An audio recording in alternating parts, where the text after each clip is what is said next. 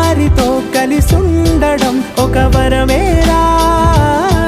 నన్ను మరవని చూపులెన్నెన్నో, నన్ను నడిపిన దారులెన్నెన్నో, నన్ను మలచిన